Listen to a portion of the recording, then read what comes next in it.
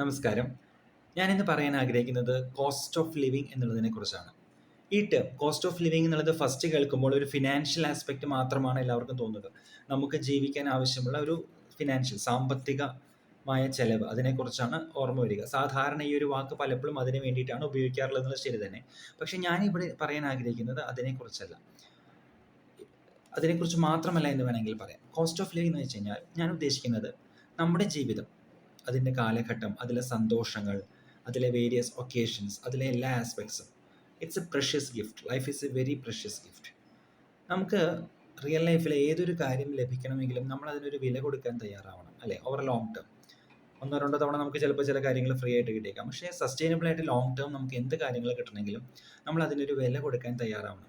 സാമ്പത്തികമായിട്ടോ അല്ലാത്ത രീതിയിലോ ഏതെങ്കിലും രീതിയിൽ നമ്മൾ അതിനൊരു പ്രൈസ് കൊടുത്താൽ മാത്രമേ നമുക്കത് കിട്ടുള്ളൂ.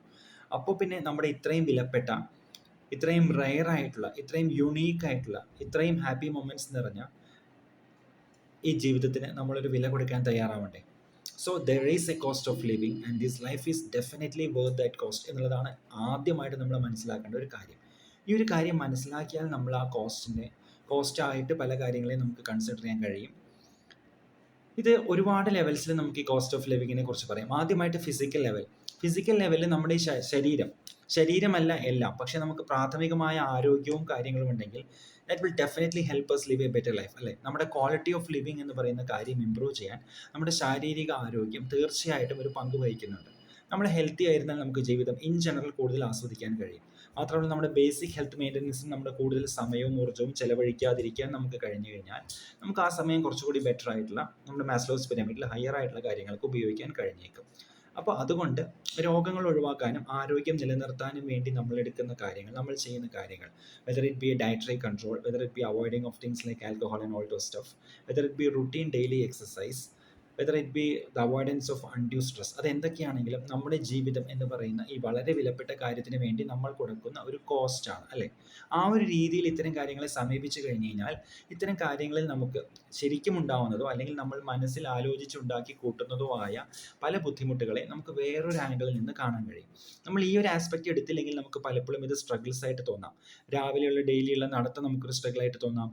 ചില ഫുഡ് ഹാബിറ്റ്സ് ഉപേക്ഷിക്കുന്നത് നമുക്കൊരു സ്ട്രഗിൾ ആയിട്ട് തോന്നാം. പക്ഷേ ഇതിനെയെല്ലാം നമ്മുടെ ജീവിതം എന്ന് പറയുന്ന വിലപ്പെട്ട കാര്യത്തിന് വേണ്ടിയുള്ള ഒരു ഇൻവെസ്റ്റ്മെന്റ്, ഒരു കോസ്റ്റ് ആയിട്ട് കാണുകയാണെങ്കിൽ I think that would help us perform it at A better level, at A higher level എന്നാണ് എനിക്ക് തോന്നുന്നത്.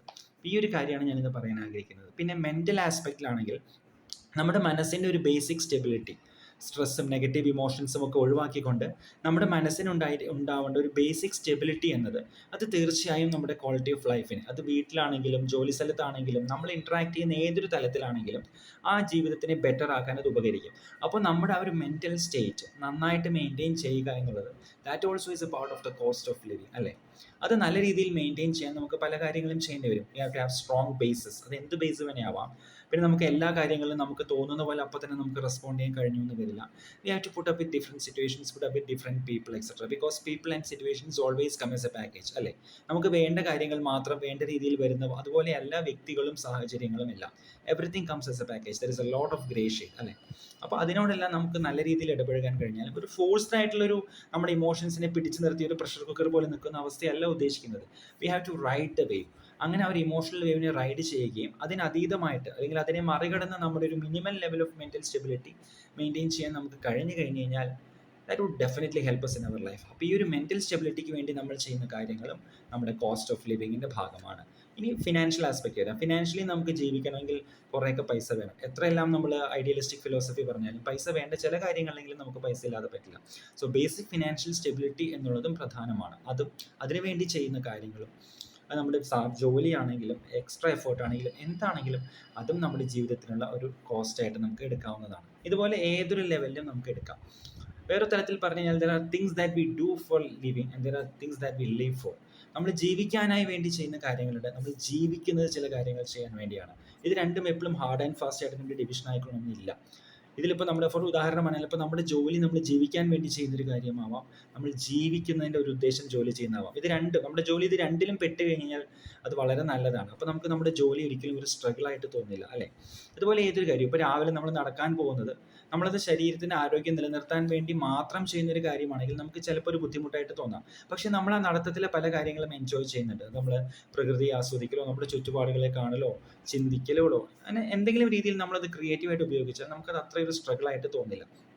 അപ്പോൾ ഈ ഒരേ കാര്യം തന്നെ എത്രത്തോളം നമുക്കതിൽ എഫേർട്ട് എടുക്കേണ്ടി വരുന്നു എന്നുള്ളത് നമ്മുടെ കാഴ്ചപ്പാടുകളെയും കൂടി അനുസരിച്ചിരിക്കും. അപ്പോൾ ഈ കോസ്റ്റ് ഇല്ലാതെ നമുക്ക് ഒട്ടും പറ്റില്ല. ആ കോസ്റ്റ് കുറയ്ക്കാനോ അല്ലെങ്കിൽ ഉള്ള കോസ്റ്റിന് നമുക്ക് അധികം സ്ട്രെസ്ഫുൾ ആയിട്ടല്ലാതെ തോന്നാനോ നമ്മുടെ കാഴ്ചപ്പാടുകളിലെ മാറ്റം ഉപകരിക്കും, അല്ലേ? നമ്മുടെ ഇഷ്ടമുള്ള ജോലി മേഖല തിരഞ്ഞെടുക്കൽ, നമ്മുടെ ശാരീരിക ആരോഗ്യം നമുക്ക് ഇഷ്ടപ്പെട്ട രീതികളിലാക്കൽ, പിന്നെ സ്വയം അഡിക്ഷൻസ് നമ്മൾ ഫോഴ്സ്ഫുള്ളി കൺട്രോൾ ചെയ്യുന്നതിനേക്കാൾ അതിൻ്റെ നിരർത്ഥകത അല്ലെങ്കിൽ അതിൻ്റെ ദോഷങ്ങൾ മനസ്സിലാക്കി അത് വേണ്ട എന്ന് നമ്മുടെ മനസ്സും തലച്ചോറും തീരുമാനിക്കുകയാണെങ്കിൽ പിന്നെ അതിനെ ഒഴിവാക്കുക എന്നുള്ളത് ഒരു എക്സ്ട്രാ സ്ട്രഗിൾ ആയിരിക്കില്ല. അപ്പം ഇങ്ങനത്തെ പല കാര്യങ്ങൾ. പിന്നെ ഒരു കാര്യം പറയാനുള്ളത്, നമ്മൾ പല പല ഇത്തരത്തിലും കോസ്റ്റുകൾ കൊടുത്തിട്ടാണ് ജീവിക്കുന്നത്. അങ്ങനെ നമ്മൾ ജീവിക്കുന്ന ജീവിതം you must definitely make it worth the cost, അല്ലേ? നമ്മൾ ഇതെല്ലാം ബുദ്ധിമുട്ടുകൾ ചെയ്ത് ജീവിക്കുന്നത് ആ ജീവിതം കഴിയുന്നത്ര ഹാപ്പി ആൻഡ് പീസ്ഫുൾ ആക്കാൻ നമ്മൾ എപ്പോഴും ശ്രമിക്കുക. ഡെഫിനറ്റ്ലി വർത്ത് വെയിൽ ആക്കാൻ നമ്മൾ എപ്പോഴും ശ്രമിക്കുക എന്നുള്ളതാണ്. Make our life definitely worth the cost എന്നുള്ള കാര്യം കൂടി ഞാൻ ഇവിടെ പറയാൻ ആഗ്രഹിക്കുന്നു. പിന്നെ ഓരോ സിറ്റുവേഷനും സ്ട്രഗിളും വരുമ്പോൾ whether it's worth the struggle, worth the cost എന്നുള്ളത് നമ്മൾ അനലൈസ് ചെയ്ത് നോക്കണം. ബാക്കി negotiable and non negotiable parts ഉണ്ട്. ചില കാര്യങ്ങൾ നമുക്കൊരു പരിധി വരെ ഒഴിവാക്കാനും നെഗോഷിയേറ്റ് ചെയ്യാനും പറ്റും കോസ്റ്റിൻ്റെ കേസിൽ. പക്ഷേ ചില കേസുകൾ നമുക്ക് ഒട്ടും നെഗോഷിയേറ്റ് ചെയ്യാൻ പറ്റില്ല. Sometimes you have to choose the better good or the lesser evil, അല്ലേ? ജീവിതത്തിൽ നമുക്ക് കൂടുതൽ നല്ല കാര്യവും വന്നു കഴിഞ്ഞാൽ കൂടുതൽ നല്ല കാര്യം ചൂസ് ചെയ്യേണ്ടി വരും. ഒരു ട്രാൻസിയൻ്റ് ആയിട്ട് നമ്മളിപ്പോൾ ചില അഡിക്ഷൻസിൽ പോകുന്നത് നമുക്ക് ചിലപ്പോൾ ഒരു താൽക്കാലികമായ ഒരു ഫീൽ കൂടി തന്നേക്കാം. പക്ഷേ for the definitely greater good, more good core life we have to avoid these lesser goods. അതുപോലെ we have to choose the lesser evil sometimes. Okay, better good and lesser evil, ഈ രണ്ട് terms ഓർത്തിരിക്കണം. പിന്നെ നമ്മൾ trying to or hoping for the result without giving the cost is dangerous and futile. ജീവിതത്തിന് cost കൊടുക്കാൻ തയ്യാറല്ലാത്ത റിസൾട്ടിന് വേണ്ടി മാത്രം പ്രതീക്ഷിക്കുന്നത് it's not a good strategy and most of it doesn't work out എന്നുള്ളതാണ്. അപ്പോൾ ഇത് പല തലത്തിൽ നിങ്ങൾക്ക് ഇത് ഉപയോഗിക്കാം. എന്തെങ്കിലും ബുദ്ധിമുട്ടുകൾ വരുമ്പോൾ, ശാരീരികമായ ഒരു മരുന്ന് കഴിക്കുന്നത് തൊട്ട് എന്തെങ്കിലും ബുദ്ധിമുട്ടുകൾ വരുമ്പോൾ, this is a cost that I have to pay of four A great thing called life. And our life is so beautiful, so unique, so rare. It's definitely, even at its worst, it's definitely worth the cost. So be ready to pay the cost, alle, and make it as much enjoyable as possible, because human life is so good, too good to be missing out, alle, too good to be not paying the cost. Thank you. Think about it.